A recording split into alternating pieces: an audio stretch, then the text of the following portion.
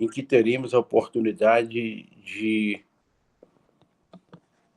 realização da oitiva de Ana Reis e Márcio Linhares, que serão secundados por nossos debatedores, num programa que, gravado, estará disponível na internet, seguindo com toda certeza o caminho daqueles antecedentes que estão sendo objeto de visitação nacional e internacional. Em nome do Centro Universitário IERB e do seu curso de Direito, do seu programa de mestrado em Direitos Sociais e Processos Reivindicatórios, agradeço a todos, em especial a professora doutora Eda Machado, mantenedora desta instituição de ensino superior, do professor doutor Luiz Cláudio Costa, seu reitor, e em especial a professora doutora Niávila Assunção, coordenadora da graduação em Direito, do mestrado em Direitos Sociais e Processos Reivindicatórios. Incontinente, passo a palavra aos nossos expositores. Bem, boa noite a todas e todos. Eu sou Marcos Linhares, sou jornalista, escritor, e acabo de lançar minha 18ª obra, Pedro e Luzia Reis, A Invasão da Terra e da Memória em Bom Lugar, município maranhense. Essa obra foi lançada na semana passada, na sexta-feira da semana passada. É uma obra que trata de um assunto inquietante, mas que, infelizmente, acreditamos que acontece ainda muito nos rincões espalhados pelo Brasil. Nessa obra, nós temos um casal, Pedro e Luzia Reis, pioneiros, duas pessoas extremamente diferentes e especiais, e se aproximam de resolvem viver num povoado próximo a um município maior chamado de Bacabal, e este povoado chamado de Bom Lugar, e se tornam pioneiros. E lá constroem uma linda história, uma história em que eles resolveram ajudar aquela comunidade. Eles montaram lá uma estrutura comercial, econômica, mas eram pessoas extremamente diferentes e resolveram ajudar aquela comunidade de todas as formas. Eles sempre foram pessoas muito à frente de suas épocas. Para se ter uma ideia, o senhor Pedro Reis orientava as quebradeiras de coco-babaçu para que não cortassem as palmeiras, não cortassem as árvores dos babaçuais, porque era dali que elas extraíam a fonte do seu sustento.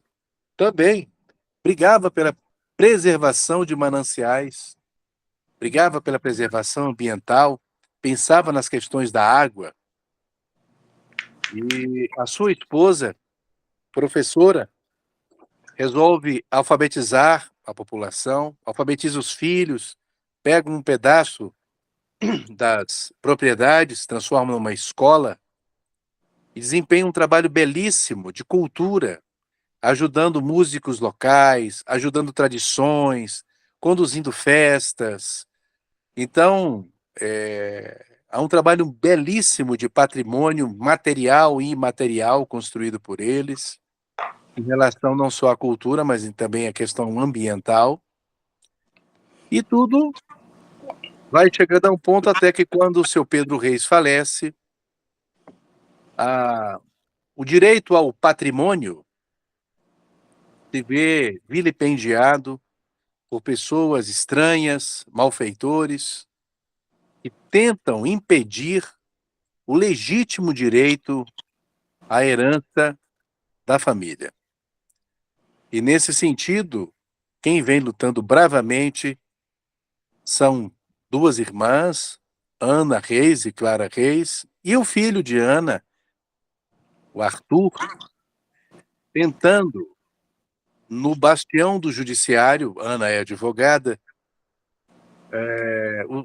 recuperar, não recuperar, manter o seu direito. E porque elas acreditam no judiciário.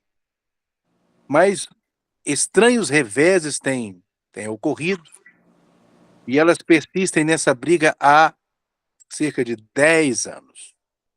10 anos lutando, uma briga que envolve a prefeitura, envolve cartórios, envolve decisões estranhas de membros do judiciário, envolve Ministério Público, envolve Polícia Civil, Polícia Militar, Detran, ou seja, uma história que cairia muito bem numa ficção.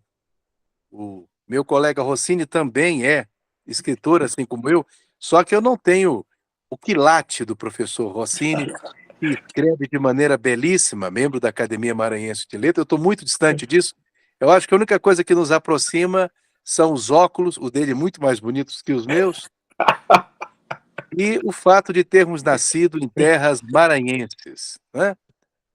E escrever sobre isso foi para mim um grande desafio, uma oportunidade como jornalista de mostrar o que estava acontecendo e também de tentar passar para o papel de uma maneira que fosse clara, né? Que fosse precisa e não deixasse muitas dúvidas e com um arcabouço de documentos ao final, um anexo de documentos que pudesse também mostrar as provas do que ali estava sendo dito, né? Não ser uma coisa também jogada, leviana, né?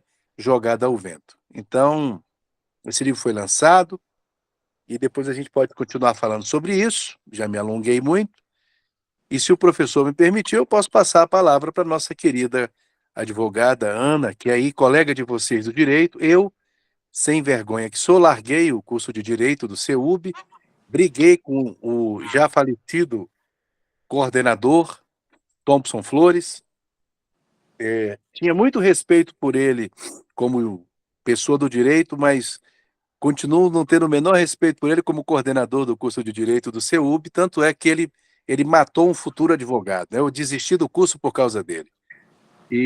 Mas não reconheço a qualidade dele. Ele tinha flores no direito, mas não flores como professor. Não era o Rossini, né? Se fosse o Rossini, quem sabe hoje eu seria colega de vocês, né? Eu que sou de uma família de advogados, de juristas e jornalistas, o meu tio-avô, José Linhares, foi presidente do Supremo Tribunal Federal, minha esposa é advogada, meus amigos de infância são advogados, ou juristas, então tenho muitos amigos procuradores, muitos amigos da Defensoria Pública, muitos amigos magistrados, muitos amigos advogados, casei com advogada, quer dizer, eu estou cercado de advogados por todos os lados, eu sou uma ilha cercado por advogados por todos os lados. Vou escrever um livro, escrevo um livro com advogado, então, assim, o direito está... Eu tento ser esquerdo, né? Ou então não pender tanto assim para um lado, mas não tem jeito, o direito está sempre me puxando. Tirando os trocadilhos muito ruins, por sinal, eu passo aí a palavra para a nossa querida Ana. Por favor. Boa noite a todos, professor Rossini, professor Moreira e todos aqui presentes. Meu nome é Ana, me chamo Ana Reis, escreveu o nome de guerra.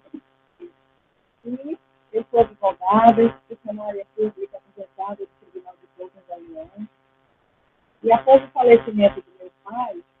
Só um minutinho, Ana. O som para você está ruim como está para mim, meus amigos? Nós estamos te ouvindo muito mal, Ana. Microfonia, né? Está com a microfonia aí.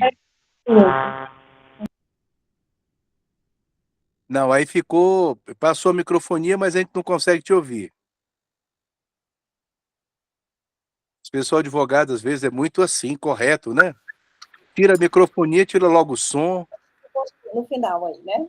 Agora tem, perfeito, perfeito. Perfeito? Então, Perfeito. Boa noite a todos, né? Meu nome é Ana Reis, sou advogada, minha formação, sou funcionária aposentada do Tribunal de Contas da União, e após o falecimento do meu pai, onde minha mãe entrou também no processo demencial e Alzheimer, eu peguei essa grande jornada, que é tentar que nosso patrimônio, papai deixou de herança, né, para o espólio, não ficasse usurpado por algumas pessoas. Depois que a mamãe veio para Brasília, essas pessoas se aproximaram das nossas propriedades e começaram a fazer, eu diria uma palavra assim um pouco pesada, truculência com a família. Por quê? Porque quando você é uma advogada, que você age dentro da justiça, com os meios adequados do advogado, em condição de igualdade, você não sente o peso do que é o que eu enfrentei com o judiciário, o poder local, o executivo, polícia civil, polícia militar, todos querendo usurpar essa propriedade. E eu senti e suspeitei que tivesse membros do Poder Judiciário, eu não tenho nenhuma prova contundente, não posso aqui dizer claramente, apenas falo que, de acordo com as sentenças que eu fui passando por isso, eu comecei a ficar muito duvidosa se seria essa a possibilidade que eu teria de resgatar ou guardar essa propriedade quando eu recorri às instâncias no processo civilizatório. E aqui eu repito a palavra do professor Rossini, que nós temos que enfrentar a civilidade diante de barbáries, né? Então, eu fiz aqui um resumozinho pequeno sobre essa questão, quando começou esse desafio, que junto do Poder Judiciário e do Poder Executivo local, eu comecei a me questionar até se foi essa maneira adequada de lidar com aquelas pessoas do meu estado, do Maranhão. Em 2015, quando eu comecei a tentar fazer o inventário, né, da propriedade, eu me deparei com coisas assim bizarras, absurdas. Essa propriedade, ela foi relatada no livro, aqui na página 94, onde eu entreguei para o escritor Marco Linhares, e com muita maestria escreveu com muita propriedade esse livro. Aí essa propriedade, ela está aqui, no fluxograma, página 95, né? 95. No fluxograma, onde eu coloquei à frente o título definitivo da propriedade. É uma questão fundiária, né? Porque é um título que foi outorgado, né? Titulado pelo ITERMA, o órgão do Maranhão, e outorgado pelo INCRA. Então, a gente, depois que papai faleceu, nós fizemos nova titulação assim, nova nomificação desses herdeiros, ficou um condomínio na Receita Federal, onde o meu nome, eu como herdeira, inventariante, eu titulei lá na Receita Federal, no meu nome, toda a propriedade, e coloquei toda a responsabilidade de toda aquela área, que são 65 hectares, em meu nome. Portanto, a gente paga todos os impostos dessa propriedade. E, no entanto, as aberrações foram tantas que, quando eu comecei a fazer o inventário, eu fui proibida de fazer esse inventário, porque os invasores me levavam a tal situação de violência, que inclusive levavam até a polícia militar para me intimidar para eu sair da propriedade. Eu recebi já mandado de prisão indevido, ilegal, eu recebi violências, eu fui colocada num camburão, onde, dentro da minha casa, eu fui colocada num camburão, onde eles me jogaram para mostrar na cidade um espetáculo, onde eles diziam, fizeram uma narrativa sem evidência, que a propriedade seria, então, do invasor que se aproximou da minha mãe, minha mãe com 84 anos, se aproximou da minha mãe e fez um contrato, um suposto contrato de compra, ninguém da família sabia, e esse invasor entrou na usina do meu pai. Esse invasor pegou a terceira casa onde nós estamos procurando tombar para o IFAM, que é uma casa onde foi a primeira escola rural de Bom Lugar, onde minha mãe foi professora. Ele se apropriou e eles fizeram a narrativa de que a casa era deles. E aí eu falei, como que é de vocês? E aí aconteceu uma coisa muito esquisita dentro do judiciário, porque eu entrei, então, com a nulidade daquele suposto negócio, uma coisa lógica, né? Por quê? Porque eu não tinha que pegar e resolver como eles resolvem lá, resolvem na bala. Tiram as pessoas é na bala, é na truculência mesmo. Nós somos pessoas civilizadas, nós não usamos a barbárie, né? Então, eu entrei com o processo de nulidade na justiça, considerando todo o Código Civil, o artigo 66, considerando que esse senhor jamais tinha pago qualquer coisa dessa propriedade, ele não tinha contrato certo, ele não tinha pagamento de impostos. Se a terra tem vocação rural, esse senhor teria que ter pago todos os impostos devidos, não só o ITBI, como o imposto ITR, como a transferência da propriedade lá na Receita Federal, como a anuidade no INCRA, que eu pago, a anuidade do CCIR, que se chama Cadastro de Imóvel Rural. Todo ano eu tenho que atualizar esse cadastro. Por outro lado, eles também invadiram a área ambiental, da qual esse título tem o pertencimento de 25% desse título, pertence à área ambiental, que é uma APP, que é a Área de Preservação Permanente, onde ali tinha mananciais, onde ali tinha toda a reserva, né? Toda a reserva. Eles invadiram tudo. Então, esse título, ele tem vinculação com os órgãos públicos, por exemplo, Receita Federal, INCRA, pagamento de impostos, e tem também a relação com o meio ambiente. Por quê? Porque aquela área foi dita que pode ser agricultura e pecuária. Papai era agricultor e pecuarista. Depois de uma certa fase da vida, ele passou a ser agricultor só e deixou a pecuária. No entanto, ele preservava, ele trabalhava sempre ao lado das quebradeiras de coco, eram pessoas do nosso conhecimento, porque ali era um lugarejo, né? Era um lugarejo, que foi aumentando com essa possibilidade que vai crescendo, mas eles praticamente chegaram lá, era um simples lugarejozinho pequeno.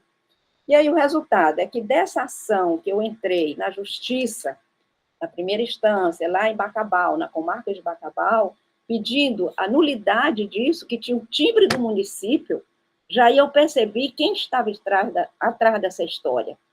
O município forneceu para esse indivíduo, né, um papel timbrado com o título lá, município de Bom Lugar.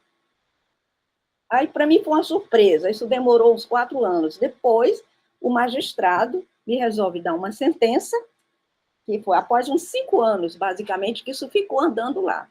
Após 5 anos, ele resolveu deixar um processo com a sentença com dúvidas, né, que é a sentença surpresa, onde ele alegou que ele não ia dar nulidade desse pedido meu, porque o cidadão teria entrado com direito de superfície. Veja bem os atravessamentos dessa história. O que o direito de superfície dá direito de propriedade? Ou seja, além de uma sentença surpresa, dúvida,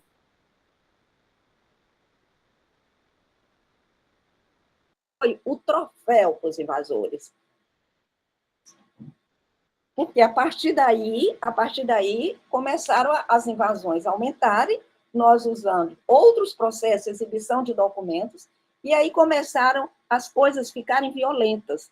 Porque quando um juiz dá uma sentença dessa, o invasor se sentiu que ele recebeu um troféu. Aí ele saiu fazendo violência, ele entrou na nossa residência, a minha mãe já estava lá com 90 anos, ele quebrou vidro, ele fez ameaça de morte para mim. Tudo que pudesse imaginar de truculência, de violência, aconteceu em decorrência dessa sentença.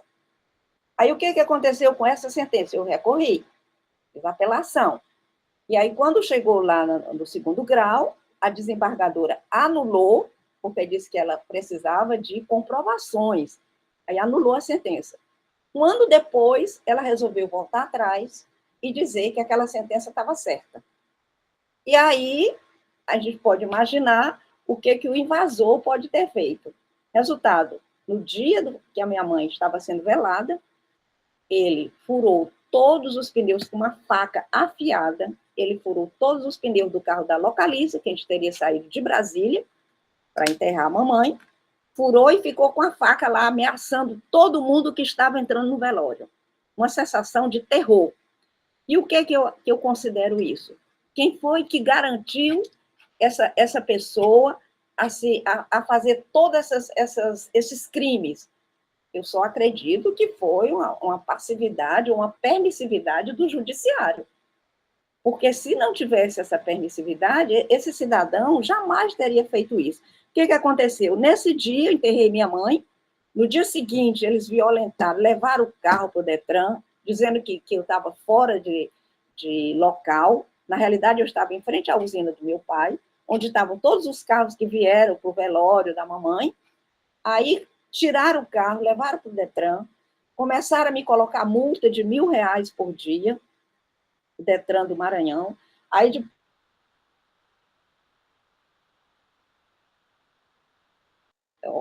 obstruindo a passagem da casa do cidadão. E o mais terrível disso é que eu entrei contra o Estado do Maranhão, porque eu fui violentada, me jogaram no Camburão, me levaram para Bacabal, fizeram um espetáculo, lá levaram a imprensa para dizer que eu estava entrando na casa desse invasor, que eu acredito, né, que ele seja, como é que a gente pode dizer, como é que a gente chama? Não, que a gente chama que ele é o laranja, dessas pessoas que estão por trás dessa história para tomar essa propriedade. Então, o Estado do Maranhão foi surpreso para mim.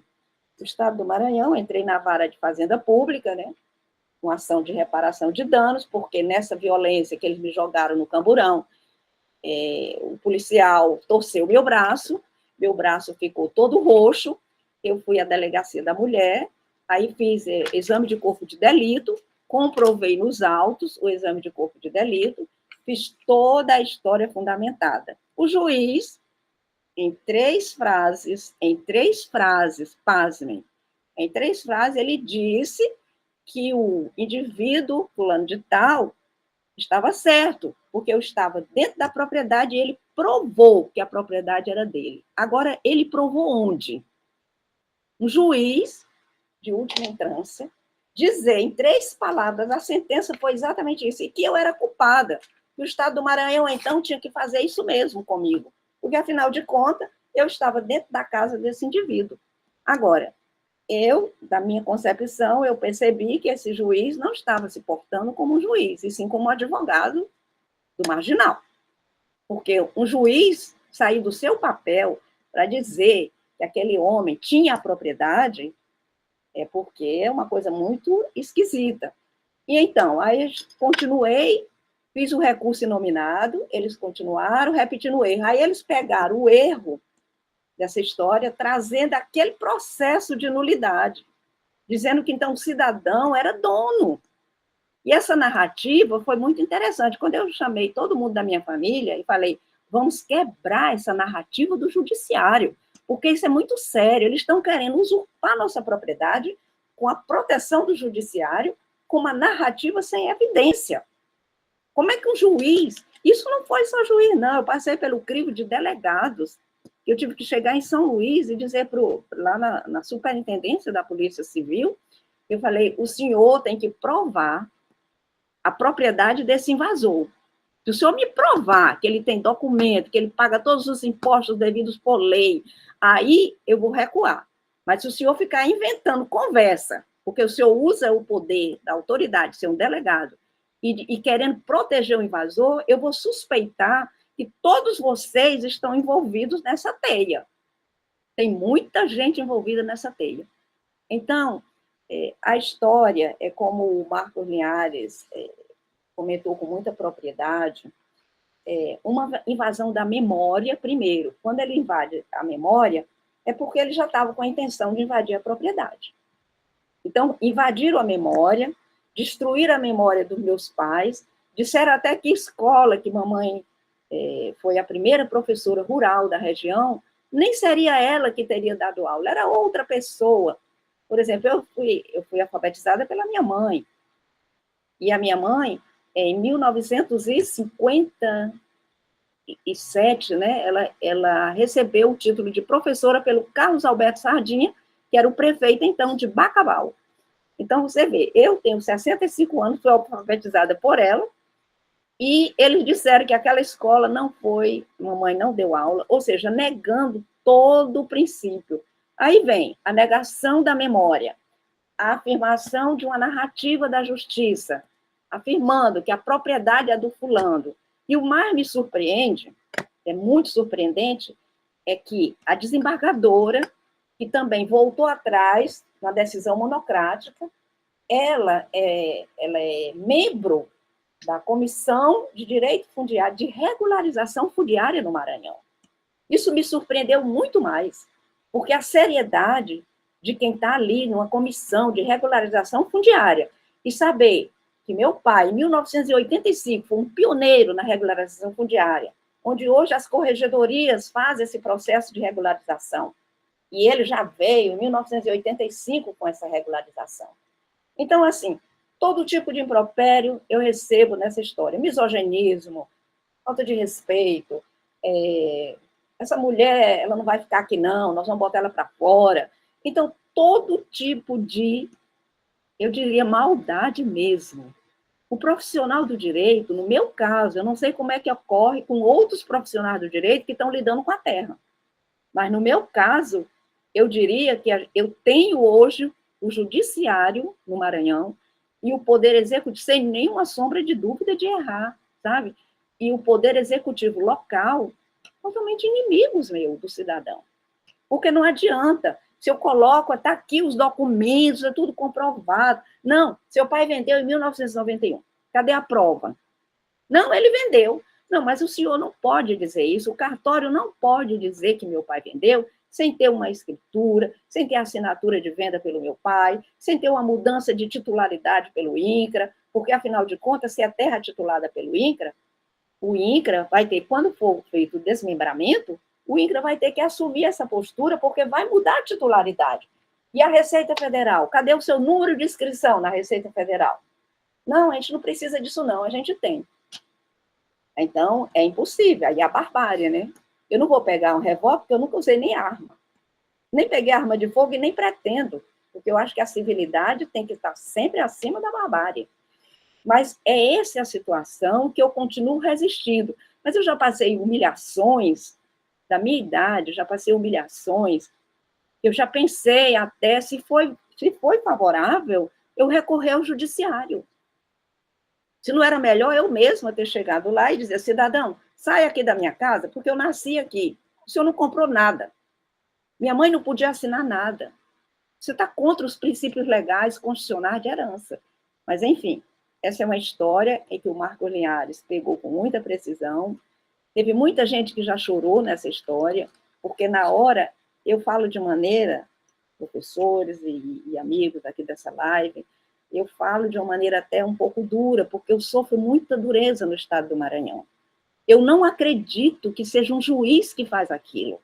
Um juiz dá uma sentença de três frases, simplesmente dizendo que eu sou perigosa para o Estado, que eu preciso mesmo ser presa, porque o Estado tem que cuidar de uma pessoa periculosa.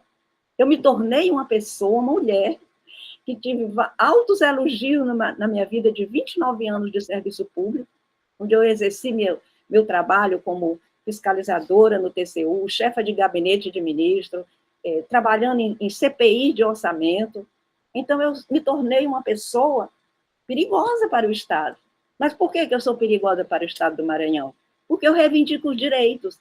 Porque, como eu, tem muitas pessoas no Estado do Maranhão, e isso eu digo aos estudantes de direito, que é muito sofrido isso, que muitas pessoas no Estado do Maranhão que perdem sua propriedade com esse uso indevido da máquina pública, eles não vão à frente.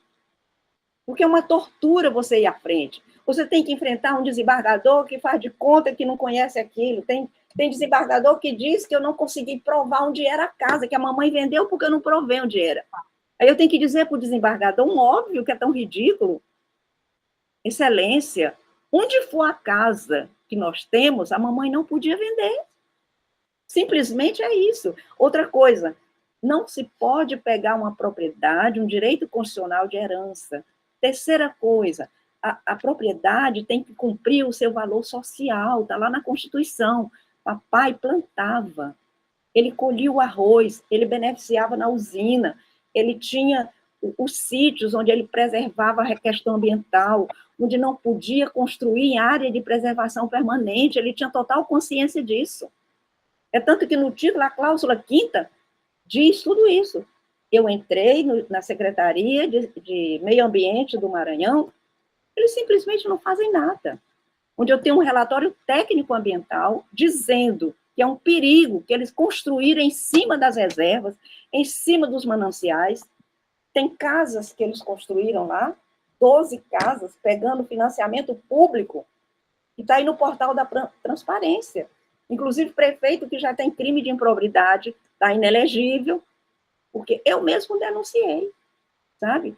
Fizeram 12 casas que estão lá, desabando, porque é em cima exatamente do rio Ipixuna, que é o rio que faz conexão com o rio Mearim, entendeu? Então, essas coisas, escolas que eles pegaram, entraram na nossa propriedade, em cima das reservas, sem perguntar, entram assim com violência, com autoritarismo, com clientelismo, com falta de educação, com machismo, com misoginia, com tudo que a gente puder imaginar.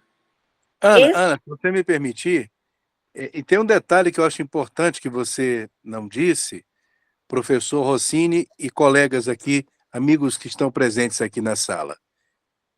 Em determinado momento, eu queria que você contasse isso, que eu acho que é importante, o invasor, o primeiro invasor, que houve 4 invasões, 4. o primeiro invasor, que coincidentemente é pai do prefeito, que é uma coincidência, é claro, né, professor? A gente tem essas coincidências da vida, né? Claro que é uma coincidência muito grande, né? E aí eu também acredito muito em Papai Noel. Então, assim, o primeiro invasor, quando perguntado pelo documento de propriedade recentemente, eu acho que é ele ou um deles, ele assim, Ana, qual foi a resposta? Como foi a resposta? Eu perdi.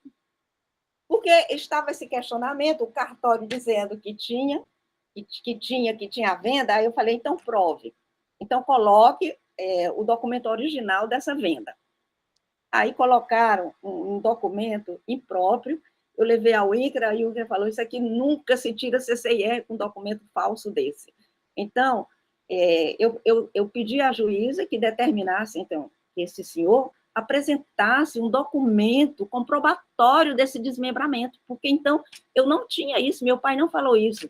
Ele dizendo que papai tinha vendido em 1991, exatamente uma jogada, porque em 1991, papai quitou o título, o ITERMA assinou o termo de quitação, então eles aproveitaram essa jogada, pensando que eu ia engolir essa questão. Aí eu tenho um álibi muito forte que eu tenho colocado, inclusive esse caso está sendo já investigado em outras instâncias aqui do Poder Federal, e eu tenho um álibi muito forte, porque eu, como funcionária do Tribunal de Contas, funcionária federal, na época teve aquela lei 8.213, que é a do INSS, com um decreto, que eu não me recordo agora o número do decreto, onde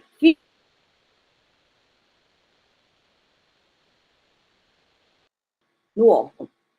E o meu pai, ele enviou toda a documentação necessária para o TCU, só que ele enviou a cópia do título.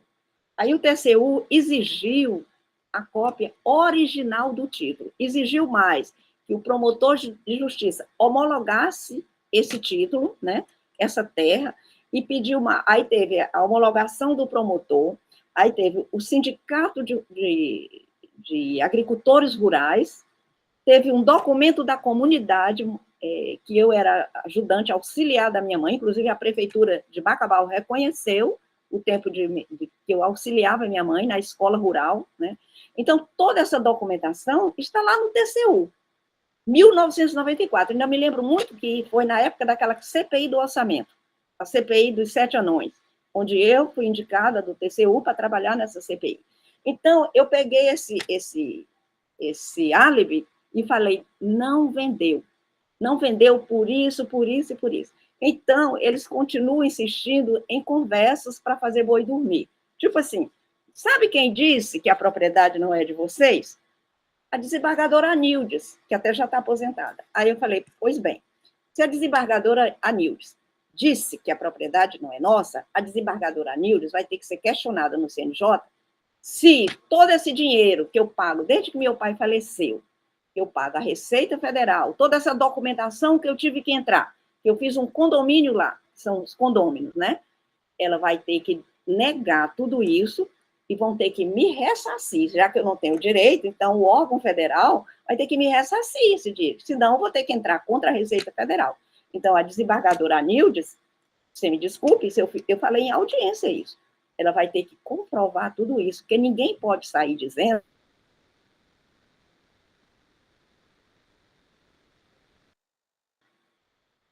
isso é uma coisa bizarra. Isso é uma coisa que no nosso Brasil não pode mais existir, mas está existindo lá no nosso estado do Maranhão. Infelizmente, todas essas invasões, todo esse desrespeito ao direito ambiental, toda essa dificuldade que nós temos que ter para trabalhar na terra, para continuar a agricultura do meu pai, tudo isso é uma responsabilidade que eu terei que dizer a todos. É do Poder Judiciário local, junto com o Poder Executivo. Infelizmente, eu tenho que dizer essa verdade, né? Doa a quem doer. Por quê? Se o ministro Facchini dá uma decisão, esse tempo atrás, eu não me lembro se foi nesse início de ano, dizendo que toda a propriedade tem que cumprir seu valor social, senão ela tem que ser desapropriada. Isso é certo. Mas como que eu vou cumprir o valor social da nossa propriedade, da família Reis, se eles não deixam nem entrar na casa? Se eles estão com a polícia militar com escopeta para me tirar de lá. Então, só não fizeram o crime igual Marielle Franco, porque eu vim e me escondi aqui. Eu estou em Brasília, abandonei tudo lá, a propriedade, eles entram no quintal, devastam, fazem muro, fazem tudo, e eu estou na justiça, com um processo de reintegração de posse, onde o advogado do réu atua sem procuração. Aí você tem que falar com o juiz, se manifestar, olha, ele não tem procuração nos autos, o juiz faz vista grossa. Aí você tem que denunciar na ouvidoria. Isso é uma quebra de braço, gente. Isso é horrível, isso é cansativo. Isso é degradante também para um poder que deveria ser o exemplo. O exemplo. Isso faz com que, cada vez mais, eu acredite nas instituições públicas e acho que todo membro dentro da instituição pública que não está andando corretamente, ele tem que ser punido, não a instituição. A instituição tem que ficar forte, perene, para impedir que tudo isso aconteça. Inclusive, no dia do lançamento do livro, uma pessoa se aproximou de mim e perguntou, você ainda acredita nas instituições? Você que está sofrendo tudo isso? Acredito. Porque se eu não acreditar na instituição do meu país, eu vou acreditar que o bandido é que vai mandar. Então, eu não posso pensar isso. Eu tenho que pensar que, apesar de todas essas dificuldades, de todas essas retaliações que eu tenho sofrido, eu continuo acreditando e lamento profundamente que um magistrado, eu acho que, olha, quando eu leio essa sentença, eu não acredito que é do magistrado. Eu fico 3 dias dizendo para o meu filho, isso não foi o juiz que fez isso. Isso não pode ter sido o juiz. Mas, mãe, ele é responsável por isso. Não pode. Não é possível que o juiz escreva uma sentença dessa em 3 linhas, sendo advogado do bandido. Eu não posso acreditar uma coisa dessa. Um juiz que estudou, que fez todo o cumprimento da sua vida profissional, fez um concurso público sério, difícil. Não posso acreditar que lá no interiorzinho do Maranhão, lá em Bom Lugar, lá em Bom Lugar, um bandido possa me desafiar, dizendo que ele é dono sem ter prova, sem ter documento, sem poder, desafiando a legislação, desafiando a lei, desafiando a Constituição, desafiando o direito de propriedade, direito de herança, tudo, simplesmente tudo. Então, gente, olha, esse livro, eu parabenizo Marcos Linhares, porque ele soube penetrar no sofrimento da família, na emoção da família, ele soube ser nosso amigo para escutar nossos relatos, ele passou 4 anos, nós hoje temos um amigo, que é o Marcos Linhares, né? Ele se interessou por essa história, como ele disse, eu sou norteado de advogados, por onde ele vira é advogado. E aí, o grande amigo dele, professor Rossini, grande advogado. Então, é isso. Eu agradeço esse tempo que me foi dado aqui para falar um pouco dessa história.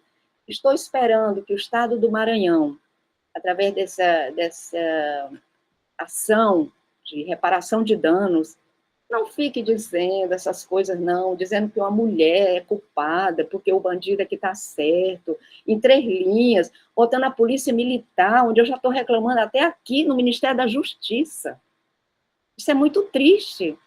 Eu agora estou para marcar uma audiência com o ministro Lewandowski, mas o corregedor já me conhece, já vou levar esse livro para ele, levei convite, porque ele já sabe toda a história. Então, isso é muito chato, isso é muito feio, isso é muito... Quem? O STJ e o STF vão ter que cumprir agora o final da história, sabe por quê? Porque o STJ e o STF não gostam de ficar recebendo recursos que eles acham que devem resolver o caso lá na origem, não é, professor Rossini? Mas, infelizmente, isso é uma causa que gerou uma comoção social. Porque se eles não resolveram na origem, ou se quiseram fazer de forma inadequada, o Supremo Tribunal, através dessa ação que eu entrei lá contra o Estado do Maranhão, que esse bandido está lá também, porque ele é amiguinho lá do pessoal, coisa mais chata isso. Então, Supremo Tribunal e STJ vão ter que, senão nós vamos ter que recorrer onde? Nós vamos ter que recorrer na Corte Interamericana. Corte Interamericana. Então, não vai ter saída. Se o Brasil não aceitar que tem que entregar a propriedade da família, que é de direito, legal, constitucional, entendeu? Eu vou ter que recorrer e vai ficar muito feio para o Brasil. Vai. Mas eu tenho que recorrer. Então, é essa a questão. Eu estou há 2 anos aqui em Brasília, desde que minha mãezinha foi enterrada, que ele fez a violência, que ficou com a faca, que a polícia militar me jogou dentro do caldeirão, que amigos lá em Bacabal me telefonavam para perguntar o que está acontecendo, Ana. Onde o invasor, ele foi para a imprensa, né, com um papel na mão e lendo a sentença favorável a ele do magistrado João Paulo. Entendeu? Agora, eu acho que a gente tem que parar com essa quebra de braço. Por exemplo, todas as vezes que eles fazem essas coisas, eu denuncio aqui no CNJ. Todas as vezes que fazem esses erros, essas sentenças assim, eu tenho que denunciar, porque essa é a minha caminhada. Muitos colegas que eu conheço no Maranhão abdicaram do seu direito de herança, abdicaram da sua propriedade, as questões de políticas públicas, de agricultura familiar, não chega lá no interior, não chega, porque os gestores, que são pessoas mal educadas, desrespeitosas da lei, eles vão ali, intimidam o pobrezinho do agricultor, mandam embora o agricultor. Como é que o agricultor vai plantar? O estado do Maranhão, o estado mais rico do nosso estado em arroz, produção de arroz, o coco, babacu, eles ficam destruindo, querem fazer essas intimidações ao pobre, o pobre não pode ir à justiça, porque se ele for, ele perde. Agora, se eu, que tenho todo esse entendimento de vida pública, 28 anos de experiência, como me formei na melhor universidade que eu considero, que é a Universidade de Brasília, uma das melhores universidades. Meu grande companheiro, que acho que também ele foi professor no IESB, Arthur, eu nem sei se seu pai... O Bento Bulgarin, ele foi professor também na UNB, depois, quando ele se aposentou, ele foi professor no IESB, foi sócio fundador do CEUB, então eu tenho uma formação de experiência que ele me ajudava na parte jurídica. Você vê, com todo esse conhecimento, chefiei gabinete, companheirismo meu com ele, de tudo isso, olha onde eu estou, professor, e todos aqui que estão me ouvindo. Estou aqui, batendo na porta, daqui a pouco, do STJ, batendo na porta do STF, correndo o risco de não ser admitido o recurso, se eu não tiver toda a técnica suficiente, né? Correndo o risco, é isso que eles estão apostando. É isso que eles estão apostando, porque para entrar no STJ, aqui nós temos uma debatedora aqui, que é do STJ, sabe que o STJ, ele faz toda a limitação para a gente entrar, né? E aí, como é que fica? Se eu não conseguir no STJ e no STF, eu vou entregar para os bandidos, a propriedade? Toda titulada, toda regularizada, pagamento de impostos, e ainda tem mais. Se eu deixar de pagar o imposto da Receita, meu nome vai para a dívida ativa da União. Aí está lá, a bandidagem todinha morando e eu pagando o imposto. Então, o ônus é para mim, né? Então, nós estamos pensando também em conversar com a Receita Federal. Eu já tive a oportunidade de entrar no INCRA, nós estamos, inclusive, eu já fiz alguns documentos no Fala BR, porque o INCRA fez uma superposição de área, depois eles ficaram apavorados quando eu mostrei para eles que a área estava superposta. Quando eu descobri isso?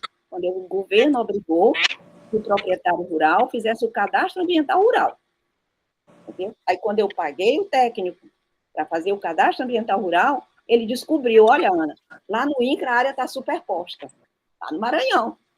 Aí eu tive que entrar no Fala BR, entrei com requerimento, pedi para tirar a superposição da nossa área. Olha a luta. Uma luta. Mas é assim, eu falo a meus filhos, eu falo a minha irmã Clara, que deve estar aqui nessa live, que nós não vamos ceder, não. Não vamos ceder, porque se a gente ceder, o Brasil tem que ceder às leis. Nós temos que ficar na mão da milícia, da bandidagem. Então, nós não vamos ceder. Que todos os juízes entendam. Aqueles juízes da primeira instância, desembargadores que voltam atrás do seu voto, entendam. Juízes da turma recursal, que jogam a culpa em mim com misoginia, que isso é misoginia. Dizer que o Estado tem que se preservar de mim, é muito estranho isso. Uma mulher de 65 anos, uma mulher que estudou, que se qualificou, que tem alto respeito na vida pública aqui, então o Estado do Maranhão tem que ficar com cuidado comigo. Por que ele tem que ficar com cuidado? Porque eu reivindico meus direitos, porque eu não abro mão do que é legal, do que é constitucional. Então, essa é a história que foi contada pelo grande escritor Marcos Linhares, entendeu? Onde ele penetrou na essência do nosso drama, da nossa história, onde nós trouxemos membros da comunidade, não foi, Marcos? Nós trouxemos pessoas que foram quebradeiras de coco na nossa propriedade, que o papai ancorou depois, que levou, hoje ela é enfermeira, ela se graduou, ele pagava com a mamãe todos os cursos, ajudava nessa comunidade. Entendeu? Então, os meus pais chegaram em 1947 nessa comunidade. 1940, assim que casaram, minha mãe tinha 17 aninhos. Então, a gente conhece muito bem aquilo ali. Teve esse lado da reintegração, que o Marcos citou, acho que é na invasão número 3, né? Onde ele fala que o pessoal fez uma mansão, rapidamente, em 1 minuto. E a loucura deles é o crescimento imobiliário. Então, não tem negócio de ser meio ambiente, não tem negócio de ser área que está sendo soterrada. E eu já estou sabendo que tem locais lá, que escolas onde eles construíram na nossa área, e que foi em cima do rio Ipixuna, e a escola está toda já em água. É lógico, a qualquer hora as crianças estão lá correndo risco.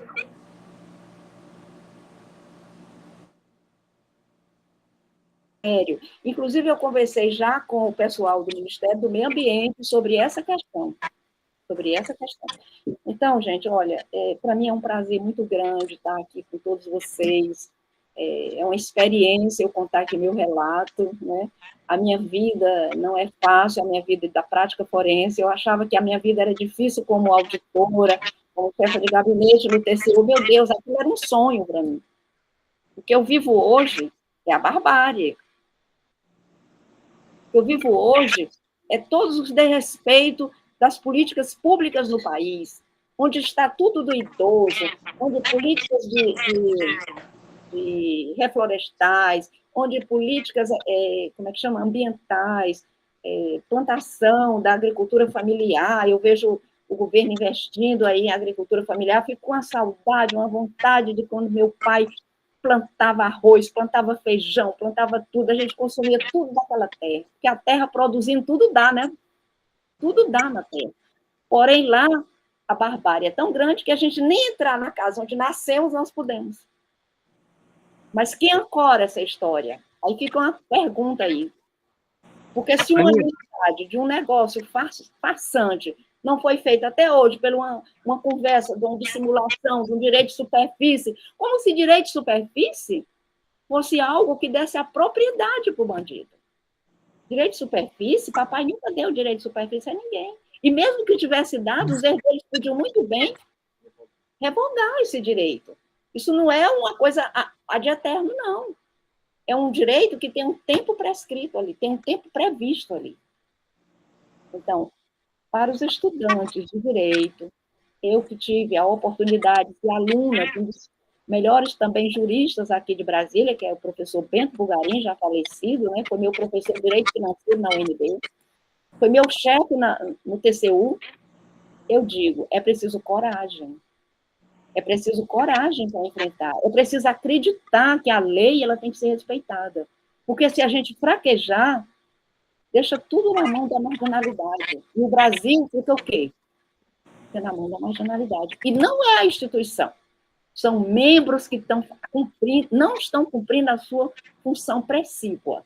É o Estado que sai da sua postura de Estado e vai para o meio do cidadão para perseguir o cidadão, para tirar vantagem, para fazer proselitismo político, para fazer essas coisas.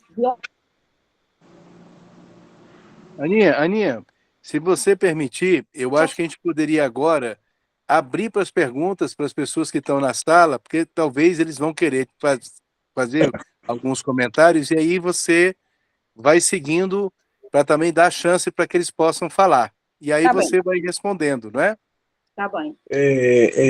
Ana Reis e Marcos Linhares, nós estamos todos impactados, porque essa narrativa é de uma questão da mais alta gravidade, que, na verdade, desafia as instituições. E nós todos somos corresponsáveis pelo destino das instituições. Isto é uma questão da mais alta gravidade, a subversão das instituições por aqueles que a disservem, colocando o seu mistério em benefício da desordem, né? Da desconstrução do processo civilizatório.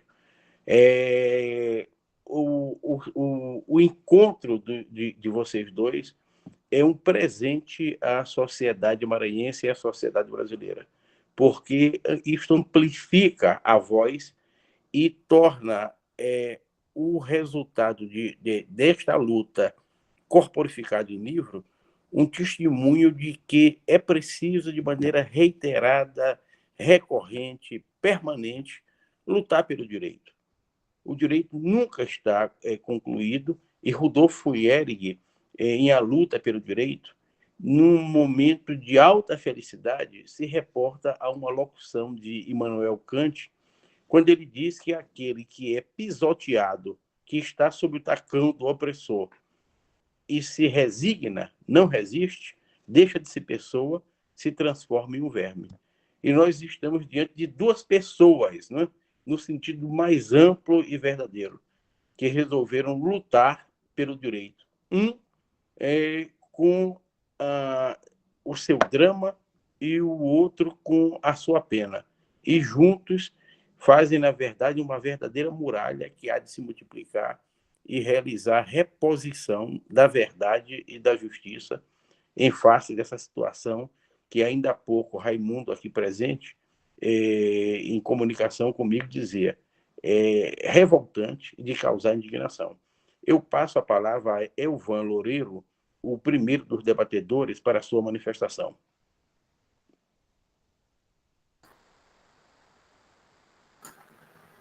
Olá, boa noite a todos. Estão conseguindo me ouvir bem? Perfeitamente. Primeiro, eu queria agradecer ao professor Rossini, à professora Ani, por proporcionarem essa minha presença aqui e poder estar nesse grande encontro, né? Queria parabenizar o Marcos Linhares e a Ana Reis por estar aqui, né, nos passando essas informações que são tão relevantes, que são fatos que acontecem em Brasil afora, né? E a gente pode saber melhor o que acontece e o que é que as pessoas passam, né? Coragem por enfrentar tudo isso, principalmente da Ana, né? Não só como pessoa, mas enquanto advogada, na luta pelos direitos, né? E o Marcos Linhares também pela participação e por escrever o livro para ficar para a eternidade, né? E o próprio livro é um ato de desafio, né? Porque quando o livro é publicado, é como falar numa rádio para todos, né? Não tem mais como calar. Depois da publicação do livro, só a censura, né? Nem a censura, né? Assim, a censura tenta, mas nem a censura consegue, né? Bom, eu fiz alguns apontamentos para falar. Bom, primeiro, assim, eu quero compartilhar algumas experiências que eu tive enquanto eu fui advogado, porque hoje eu trabalho no judiciário, mas eu advoguei quase 10 anos e fiz alguns processos que tinham conflitos fundiários. E o que eu percebia é que essas pessoas que fraudam esses documentos, elas se beneficiam da desordem, e principalmente dos documentos mais antigos, que a terra não tinha ainda matrícula, as escrituras eram feitas assim, tantos hectares de terra, começando a tantos metros do rio, aí esse rio já não passa mais no mesmo lugar, até uma casa, e aí essa casa não existe mais, né? E aí fica muito dúbio, né? E aí as outras pessoas vão fazendo escrituras, aqueles termos de posse, e aí a terra vai ficando como se fosse uma maçã cheia de mordidas.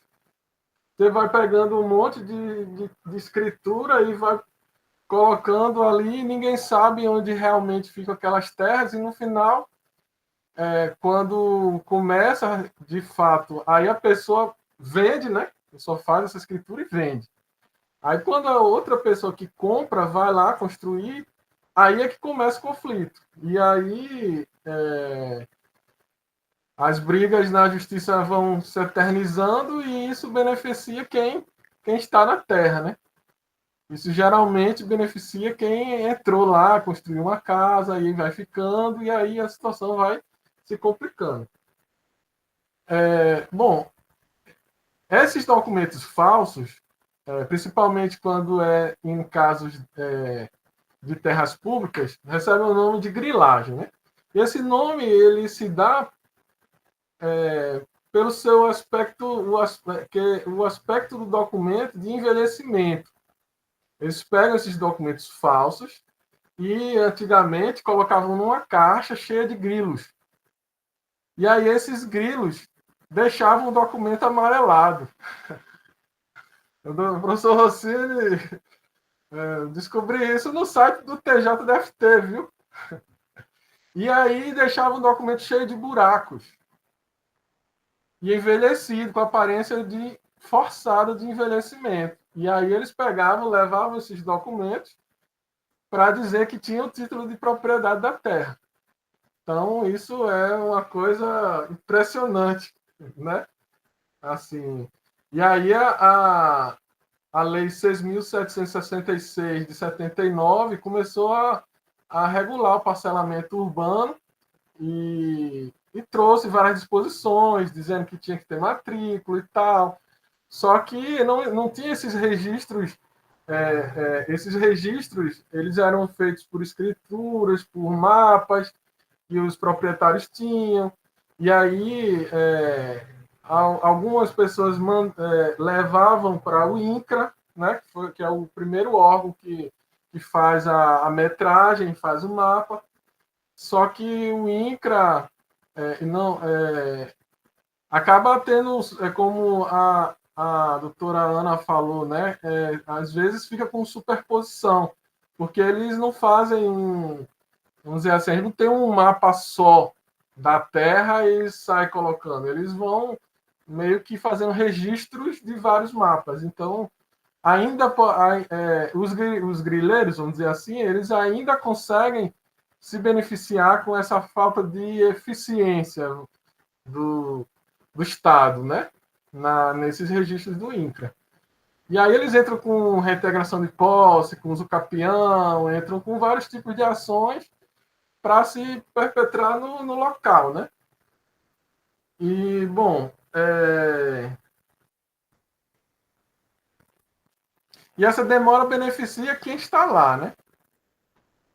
A nossa Constituição, ela garante o direito de herança no artigo 5º, 30, diz assim, é garantido o direito de herança, só que, infelizmente, em vários casos, isso acaba não sendo garantido, né? Eu fiz uma pequena pesquisa aqui e encontrei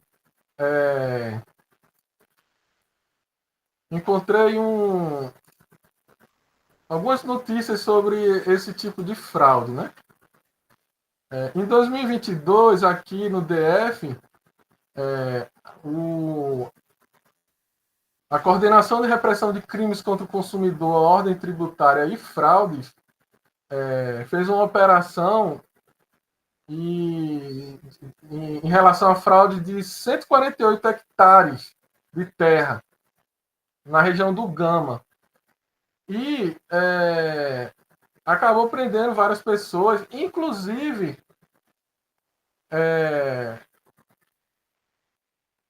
estava envolvido o tabelião do cartório.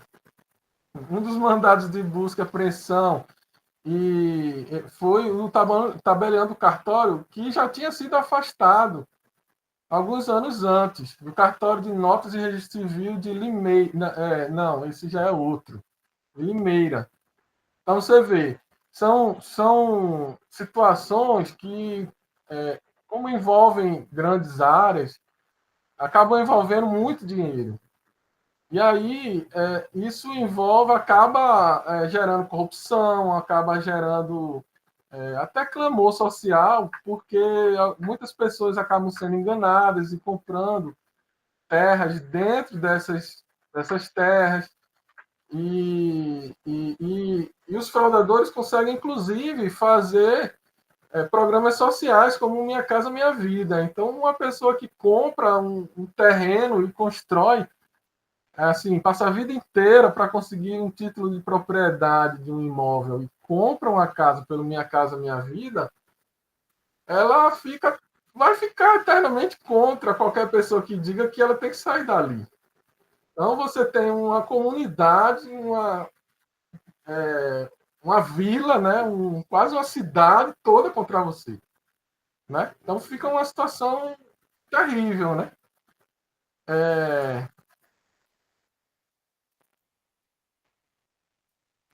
Teve outra notícia aqui que eu consegui pegar.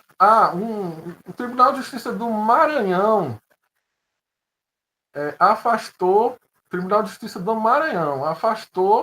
um titular de cartório por causa de que não observou regras básicas na realização de escritura pública. No caso, houve fraude no cartório único de Presidente Juscelino. O processo administrativo disciplinar é o 8.504 de 2021. As assinaturas dos representantes legais de um empreendimento imobiliário foram falsificadas de forma grosseira em uma negociação de compra e venda de um terreno em um condomínio. Então, a história se repete Brasil afora, né? Isso é uma falsificação de assinatura e isso traz consequências para o tabelião do cartório, que ele tem fé pública, então ele precisa realmente verificar tudo com muita cautela, né? Bom, aí nesse tipo de litígio, acaba sendo assim, ele pode se adequar há um litígio estruturante, um processo estrutural. Por quê? Porque ele envolve um problema estrutural, que é uma situação contínua ou permanente de ilicitude ou de desconformidade com o estado das coisas ideal. Ele é um problema complexo que envolve várias pessoas, inclusive pessoas de boa fé. Ele é um problema que envolve multipolaridade, ou seja, são várias partes, e uma coletividade. Então, assim, a meu ver, o Brasil não tem uma lei de processo estrutural ainda, mas existe uma comissão no Senado que, inclusive, abriu há pouco prazo de 30 dias para que a população se manifeste e dê sugestões para um anteprojeto de lei de processo estrutural. E, a meu ver, se aplica plenamente nesse caso. E aí o judiciário, mas aí nesse caso, né, o próprio judiciário também estaria em uma parte do litígio. Então, mas, assim, o judiciário tenta unir todas as partes para tentar resolver o problema de uma forma que eles fazem bifásica, né?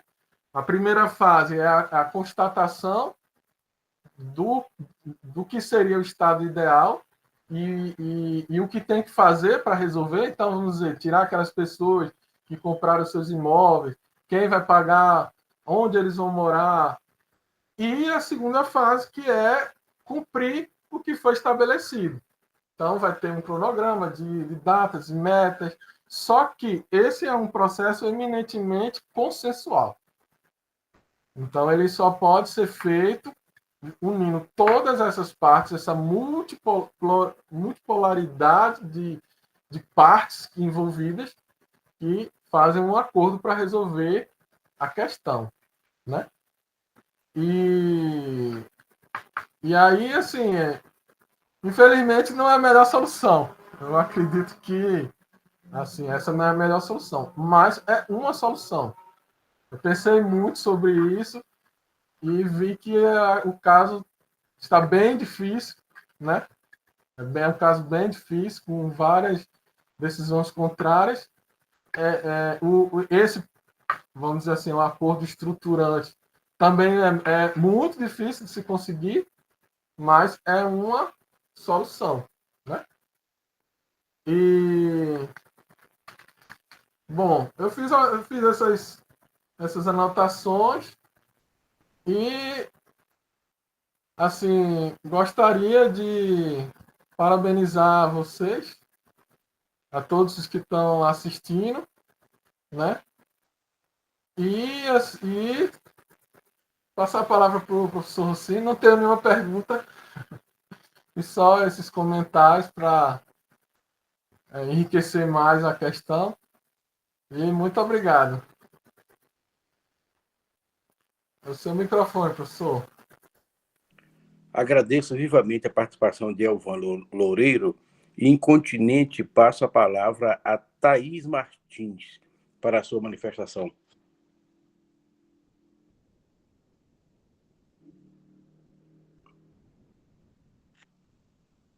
Thaís Martins se encontra em sala virtual? Há outro entre os debatedores que esteja em sala virtual?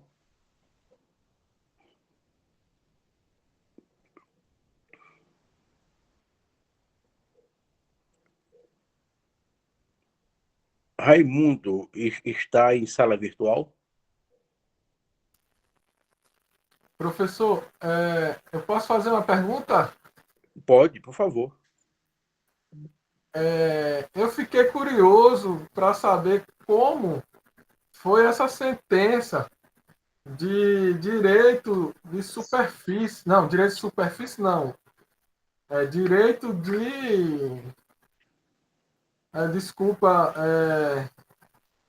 falou que tinha direito de superfície, foi isso? A pergunta para mim, Edmar? Pode ser, sim, doutora Ana.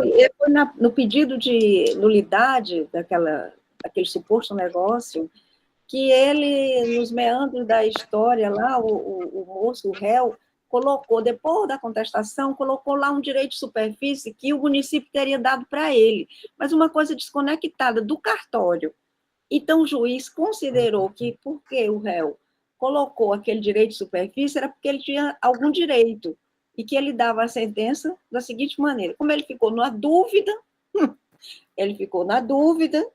então ele extinguiu o processo por causa desse direito de superfície. Isso nos gerou um outro processo, que foi a exibição de documentos para demonstrar, para que a prefeitura demonstrasse se tinha algum direito de superfície fornecido pelo meu pai. E se tinha processo administrativo, o que acontecia? Que aquele moço, aquele réu, foi colocar dentro desse processo uma coisa totalmente descabida, e não fazia jus à história que estava sendo ajuizada ali, né? Então, ficou essa questão, o direito de superfície virou uma bola de neve, como se esse direito de superfície que ele colocou lá, que a prefeitura deu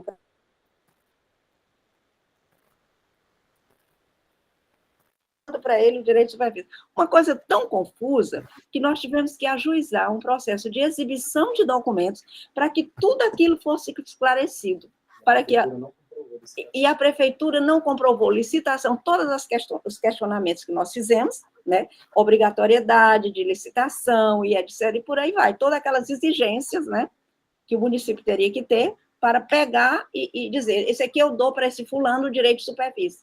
Não é assim aleatório. Tem todo então, o direito de superfície foi dado ao município e vinculando ao direito de propriedade. Isso que foi o mais bizarro. E aí, esse processo de direito de superfície está andando ainda. Aí, a primeira etapa que nós fizemos, cobrando isso, o juiz se declarou suspeito. Na hora de julgar, ele se declara suspeito. Aí ficou mais 2 anos a gente pedindo que fosse julgado aquele processo. Por quê? Porque gera uma conversa subtendida ali, né? E a gente quer explicação clara, objetiva. É bem difícil, viu?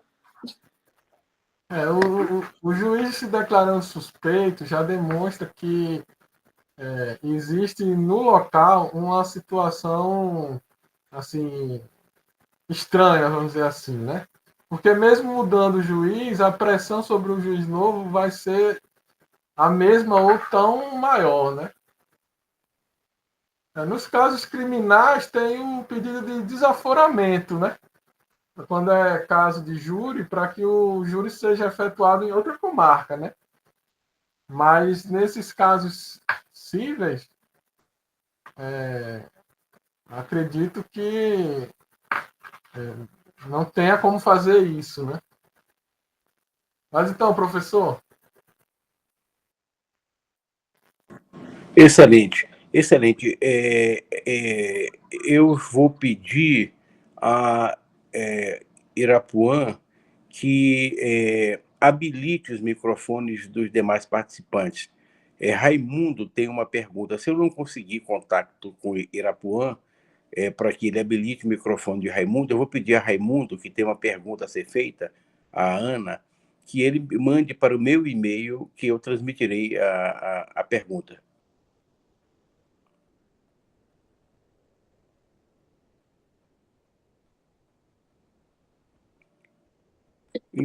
Enquanto esta habilitação é buscada, eu pergunto.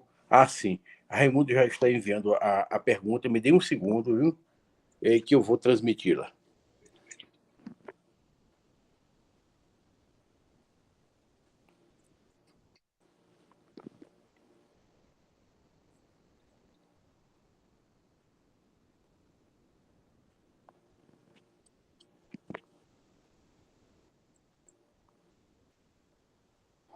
Primeira das perguntas, Ana, de Raimundo, é se o Estado do Maranhão tem um projeto de geoprocessamento de regulamentação de terras. Se tem alguma discussão no Estado a esse respeito, porque seria uma barreira, um embargo a esse processo de grilagem e de violência que é totalmente desfavorável aos direitos humanos. Eu respondo ao Raimundo que o tribunal criou dois instrumentos muito interessantes. Foi a fiscalização de cartório, foi agora recente, a corregedoria extrajudicial das serventias, que tem a comissão de regularização fundiária, que funciona lá no TJ. Essa comissão de regularização fundiária, eu acredito que ela está apta, porque está controlada pelo Conselho Nacional de Justiça, né? Ela está apta a resolver essas questões para evitar o máximo que pode a grilagem. Mas no meu caso, eu não estou vendo ainda uma positividade, mas acredito que vai ter. Eu, inclusive, estou pretendendo fazer um documento, enviar para essa comissão lá no TJ, explicando toda essa situação, considerando que é atual ela, e a nossa titulação é uma das mais antigas, 1985, quando nem se pensava em muitas titulações, não tinha isso. Então, eu estou pensando também, esses dias eu fiquei pensando em encaminhar para o CNJ e para a Comissão de Regularização Fundiária. Eu acredito que, com isso, vai ter maior efetividade. Né? Sem dúvida, sem dúvida. Eu vou recolher a segunda das perguntas de Raimundo e peço também a Itanô Neves Carneiro Júnior que faça o mesmo procedimento, que remeta para o meu WhatsApp a pergunta para que eu possa retransmiti-la à Ana. Um segundo só, Ana.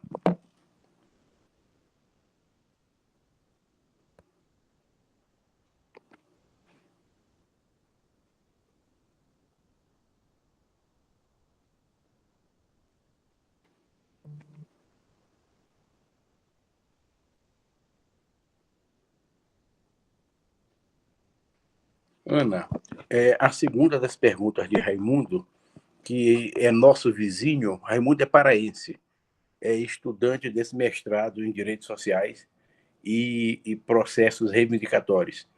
É relativa à existência ou inexistência de uma comissão de mediação de conflitos agrários no estado do Maranhão. Se existe, e em existindo, se tem eficácia.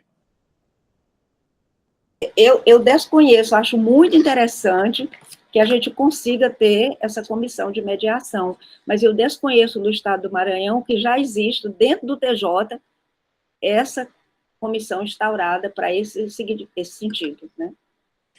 Ana, permita que eu lhe dê uma sugestão, já que você vai remeter esse documento a essa comissão de regularização fundiária, aproveite e também faça um memorial e dirija a presidência do Tribunal de Justiça do Estado do Maranhão, sugerindo a instituição dessa comissão de mediação de conflitos agrários, objeto da pergunta de Raimundo. Tá? Itanô, tu estás em sala virtual? Mário, tu te encontras em sala virtual?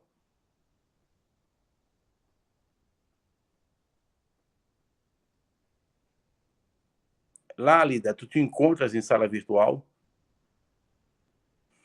Dois dos nossos debatedores, por razões superiores e diversas, não puderam estar presentes. Rocine Júnior, por razões médicas, e Larissa Martins, por razões familiares.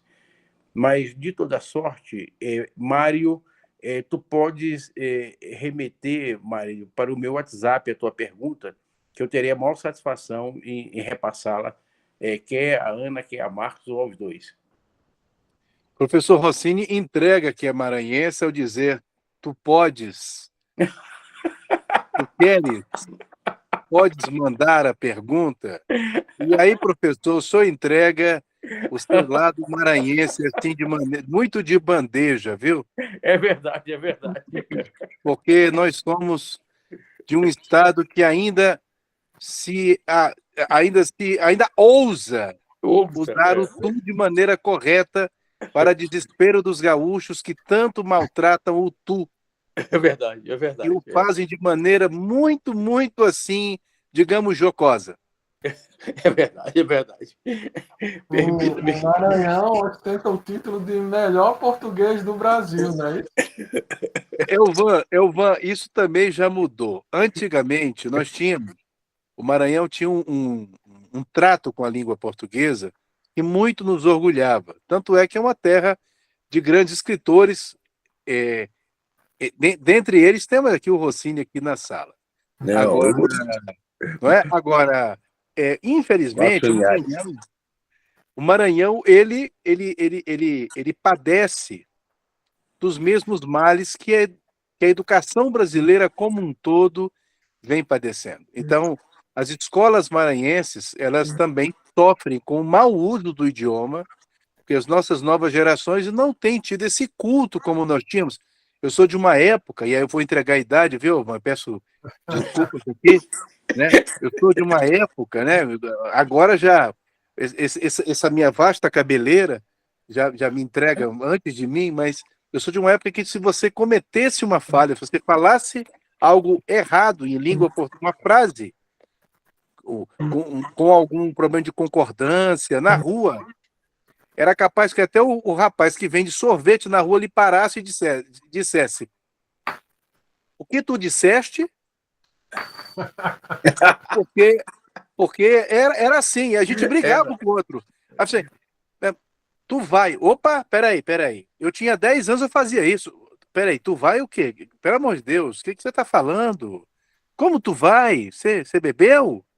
Então, nós tínhamos muito isso. Hoje, a antiga Atenas do Brasil é apenas do Brasil, né? Agora ficou apenas do Estado, né?